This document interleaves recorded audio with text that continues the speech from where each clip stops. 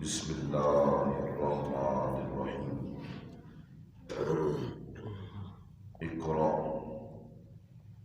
بسم ربک الذی خلق، خلق الانسان من علق، اقرأ وربک الاکرم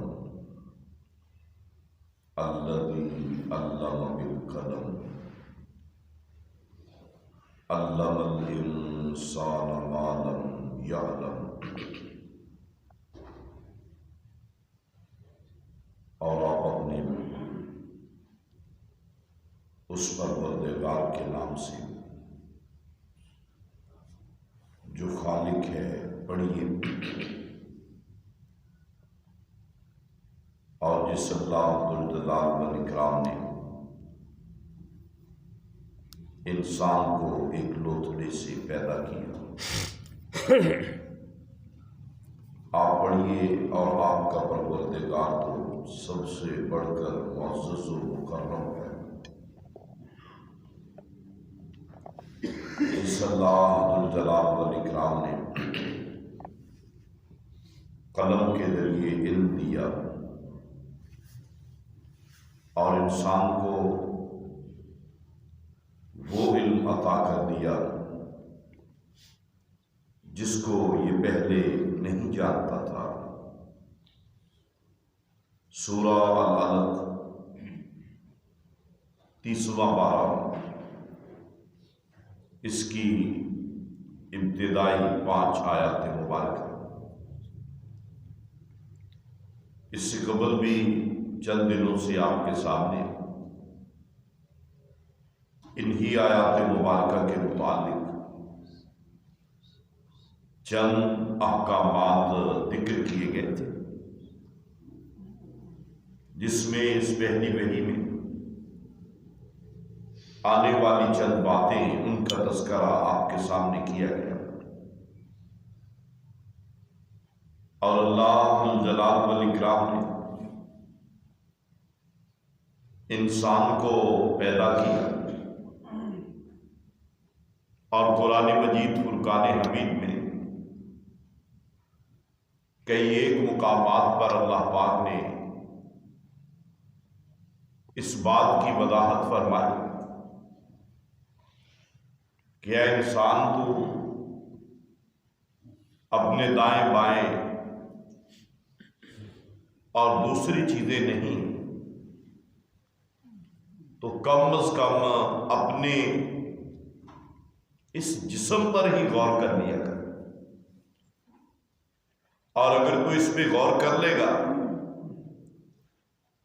تو تمہیں اپنے پروردگار کو پہچاننا آسان ہو جائے کہ کس طرح اللہ ذوالجلال والاکرام نے میرا یہ جسم بنایا، اور ایک خون کے لوتھڑے سے جمع ہوا خون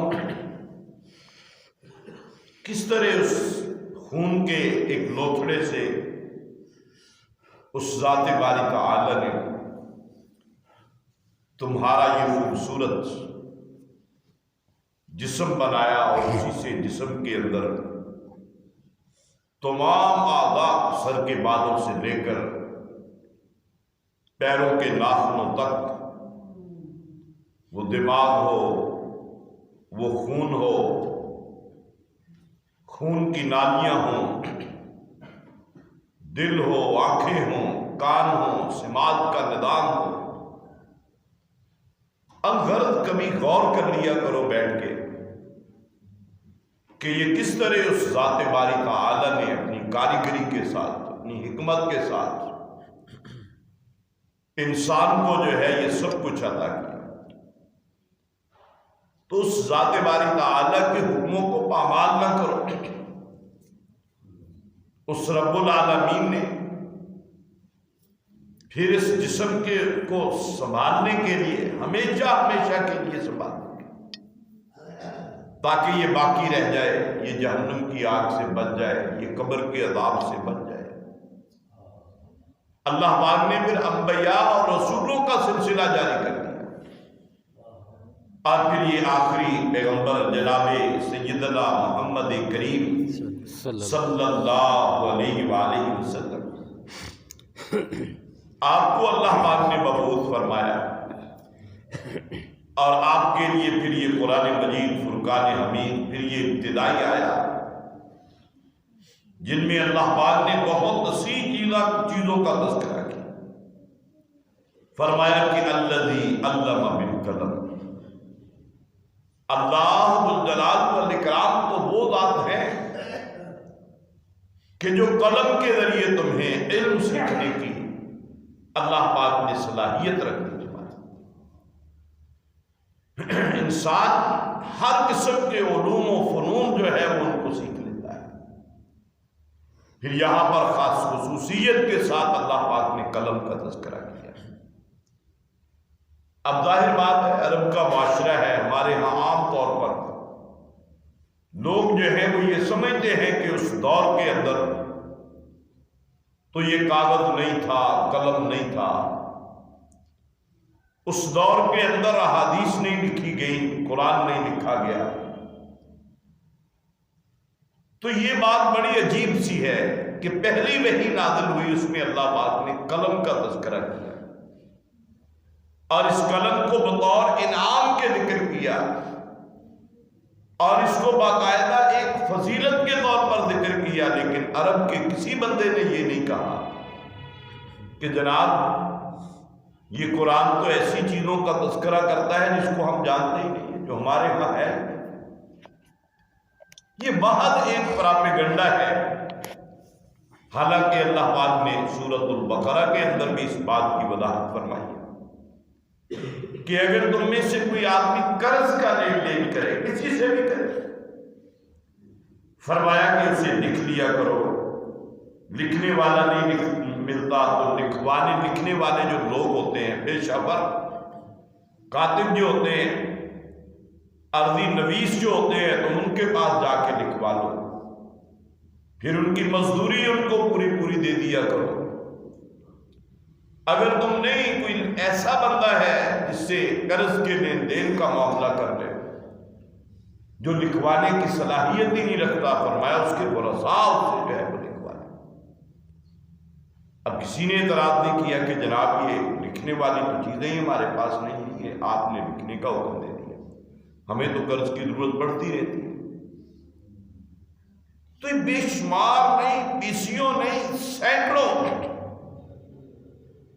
ایسے دلائل جو ہیں وہ قرآن مجید فرقان حمید کے اندر بھی موجود ہیں، احادیث مبارکہ کے اندر بھی موجود ہیں کہ یہ لکھنے والی چیزیں یہ جو ہے وہ موجود تھی اس وقت۔ بلکہ جب میں نے وحی کی آغاز کا ذکر کیا تھا کہ آپ صلی اللہ علیہ وسلم کو سیدہ خدیجہ رضی اللہ تعالی عنہا ام المؤمنین وہ اپنے چچیرے بھائی کے پاس لے کر گئی، ورقہ بن نوفل کے پاس، بخاری شریف کی حدیث ہے کہ وہ اس وقت جو ہے وہ کتاب لکھوا رہا تھا۔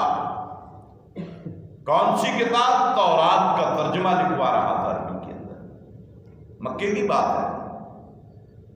تو میرے بھائیوں، اگر اس وقت یہودیوں کے پاس تورات لکھنے کے لیے، تورات کے اوراق کے لیے ورق بھی تھا، کاغذ بھی تھا، قلم بھی تھا، سیاہی بھی تھی، عیسائیوں کے پاس اپنی انجیل لکھنے کے لیے کاغذ بھی تھا، قلم بھی تھا، سیاہی بھی تھی، اور انجیل لکھی ہوئی تھی۔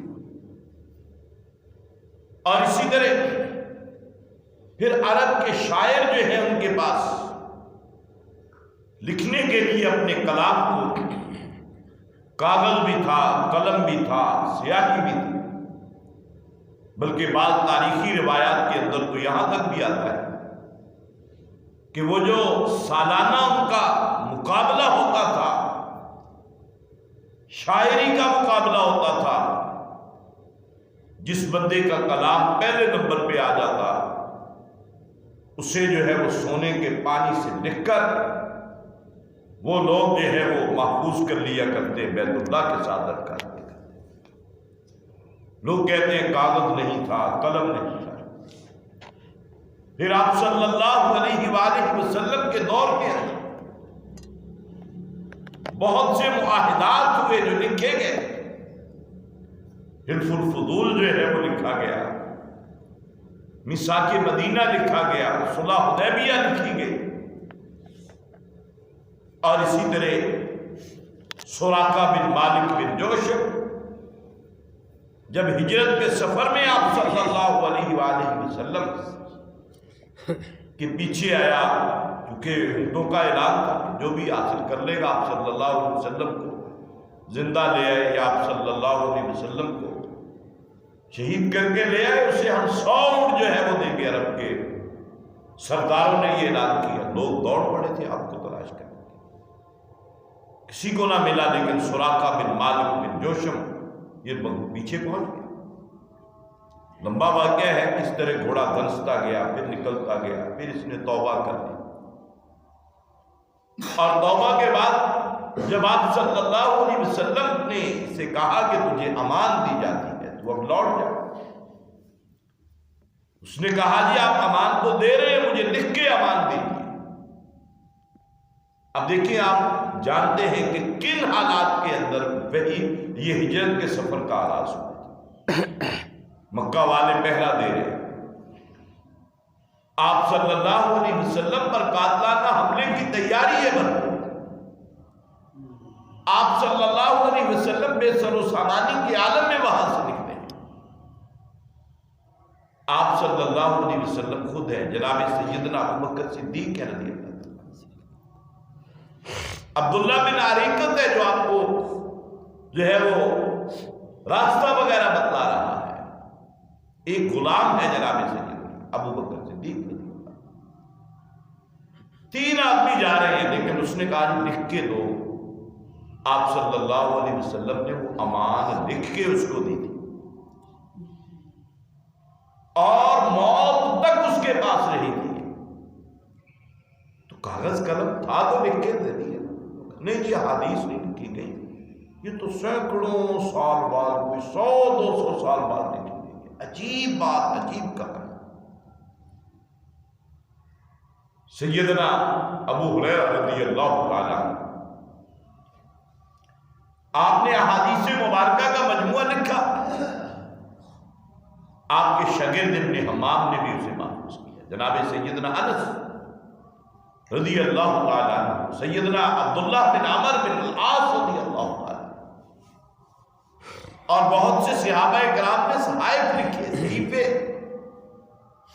جن کے اندر صرف احادیث مبارکہ کی. جناب سیدنا علی المرتضیٰ رضی اللہ تعالیٰ عنہ،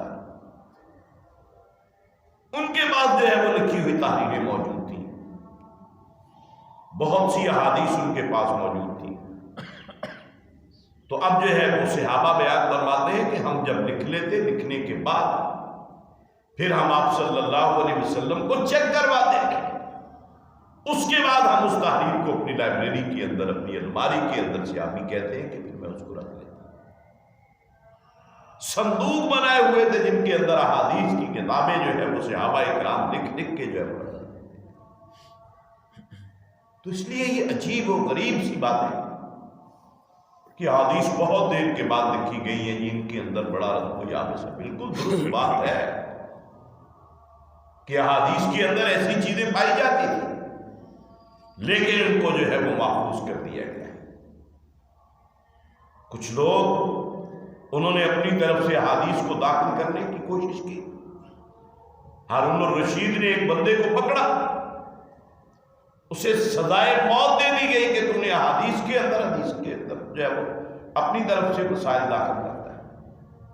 جب اسے پھانسی دی جانے لگی، اس نے کہا کہ ہارون الرشید یہ مجھے تو تم مار دے گا، لیکن وہ احادیث جو میں نے تمہاری حدیث کی کتابوں کے اندر داخل کروا دی ہیں، لوگوں کے اندر داخل کروا دی ایک سازش کے تحت، ان کا کیا بنا؟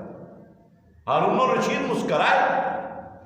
انہوں نے کہا ہمیں اس کی فکر نہیں ہے، دین اللہ تعالیٰ نے محفوظ رکھنا ہے، اور ہمارے پاس علی بن مدینی اور یحییٰ بن معین جیسے اللہ نے محدث دیے ہوئے ہیں جو صحیح اور ضعیف اور تیری طرف سے بلائی ہوئی روایات کو بالکل نکال کے باہر رکھ دیں گے. ہمیں کوئی فکر نہیں. اور یہ کام ہوتا رہا ہے. امام بخاری رحمہ اللہ نے بھی کی، امام مالک رحمہ اللہ نے کی، امام احمد رحمہ اللہ نے کی، اور آج تک یہ سلسلہ جاری ہے. تو اللہ ذوالجلال والاکرام سے دعا ہے کہ اللہ پاک ہمیں قرآن و سنت کے مطابق اپنی زندگیاں گزارنے کی توفیق عطا فرمائے. آمین. وما علینا الا البلاغ.